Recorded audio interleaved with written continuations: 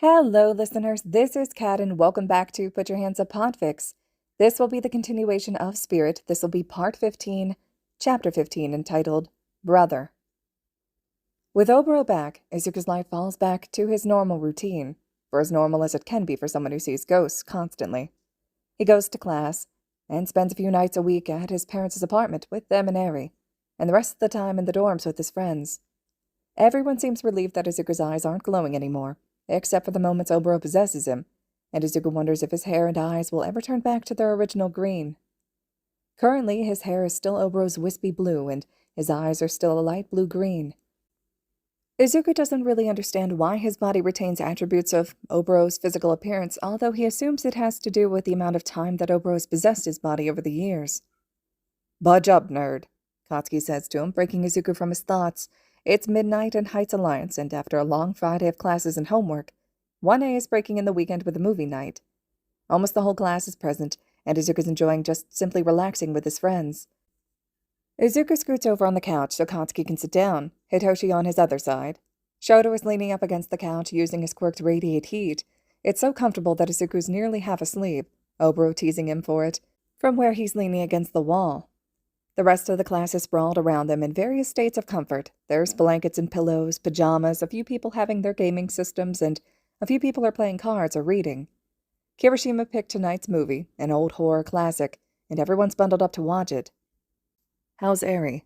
Hitoshi asks Izuku quietly once the film starts. "I haven't seen her all week." "She's good," Izuku beams, thrilled to think of his sister. "Dad's been helping her control her quirk a little better. He hasn't had to use erasure as much on her lately. She's getting obsessed with some cartoons I used to watch as a kid, so we're bonding over that." Hitoshi smiles. "Cute.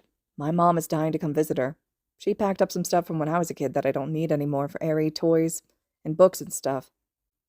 "That's really sweet, Toshi," Izuku replies. "She'll love it. She talks about you a lot. You're her hero, you know." Hitoshi blushes while Katsuki angrily tells them both to be quiet and watch the movie. Shoto ignores this, looking up at Izuku curiously. "Maybe we could have her come here and watch a movie this weekend with everyone," Shoto suggests. "I know everyone would love to meet her." "That's a great idea," Izuku grins as Katsuki roughly nudges him with annoyance. "Ouch, Kachan." "Just shut up and watch the movie," Katsuki grumbles, with no real malice. "You all piss me off." During quirk training in class, Izuku and Oboro have been working together to perfect using Oboro's quirk. They've been practicing together for years, so the cloud quirk is almost second nature to Izuku now. However, he can't use it as well as Oboro can, so the drills and training are helping in refining it. Now that Oboro isn't tied to Kurogiri, he finds that he can travel longer distances away from Izuku while keeping his memory intact the whole time. Oboro has slowly regained some of the memories he had from being in Kurogiri's body, and he knows where the League is hiding, and a little of what they're planning. That's how Izuku finds himself sitting in the UA Teacher's Lounge with his parents, Hawks, Endeavor, Oboro, and Principal Nezu. Oboro had told Aizawa and Hisashi he had important information for them all, and Nezu had called the meeting. Izuku feels strange at being there with pros, like he's out of place, but since he's the only one who can relay the information from Oboro, he is permitted to be there. "How are we sure this boy is telling the truth?" Endeavor asked, looking at Izuku with suspicion. "There's no way to verify that this ghost is even real."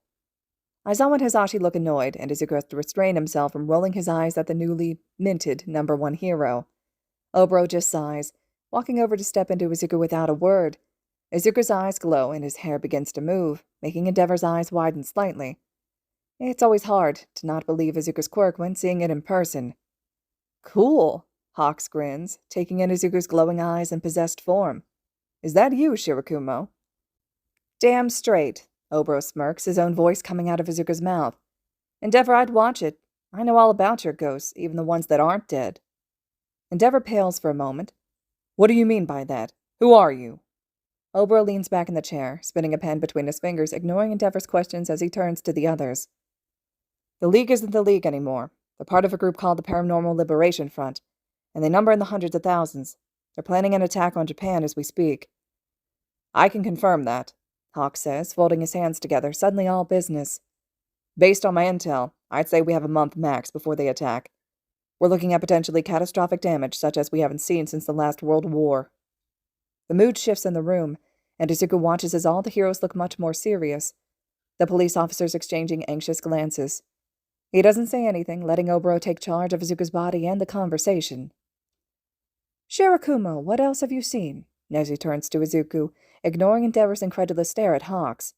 Izuku feels Oboro tense, like there's information he doesn't want to share. What is it? Izuku thinks to him. What aren't you saying? Oboro sighs, shaking Izuku's head before looking at Nezu.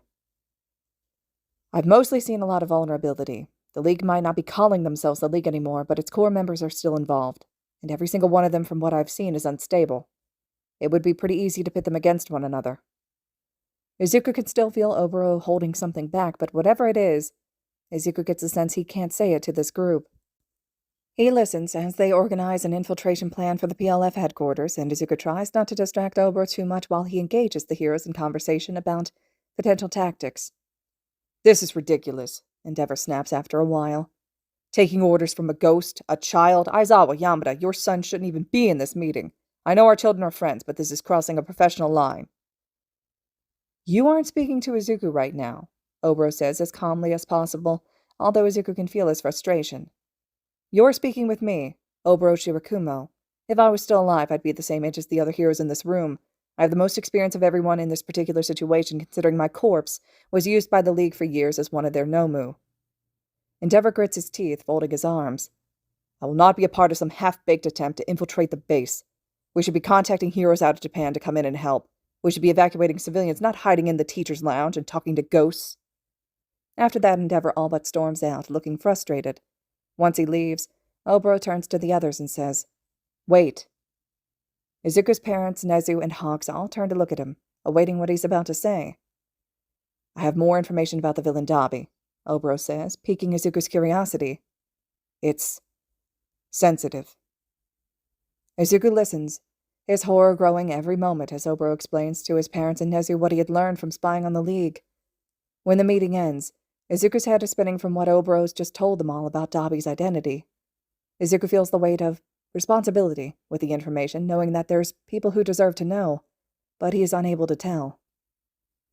I have to tell him, Izuku says to Oboro as they walk back to Heights Alliance after the meeting. Shoto deserves to know.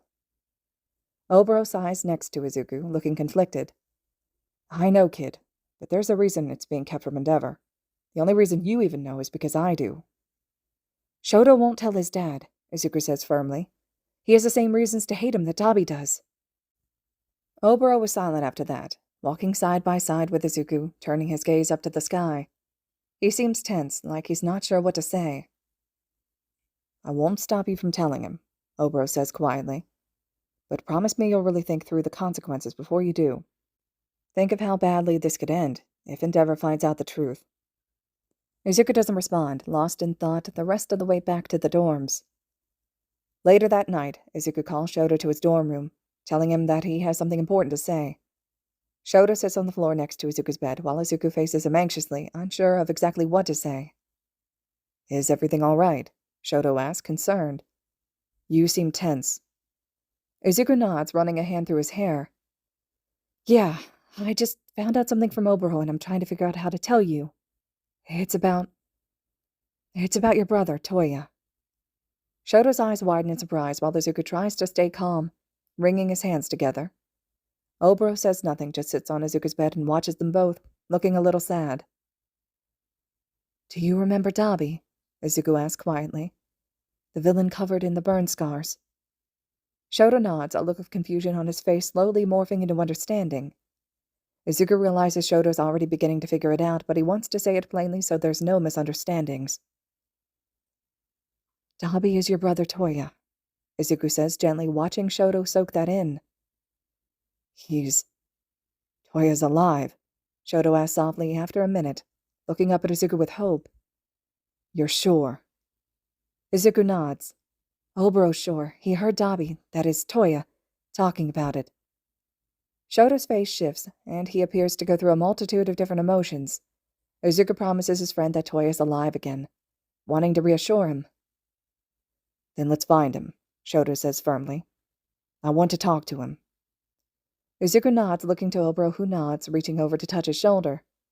They've discovered when Izuku shares energy with him, he can spirit project an image of himself that others can see.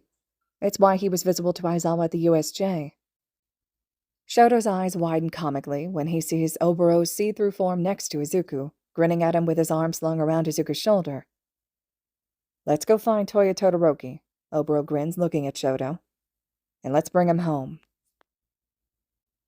All right, listeners, this concludes Chapter 15 of Spirit. Chapter 16 will be up next. Hope you all are still enjoying, and as always, thank you so much for listening.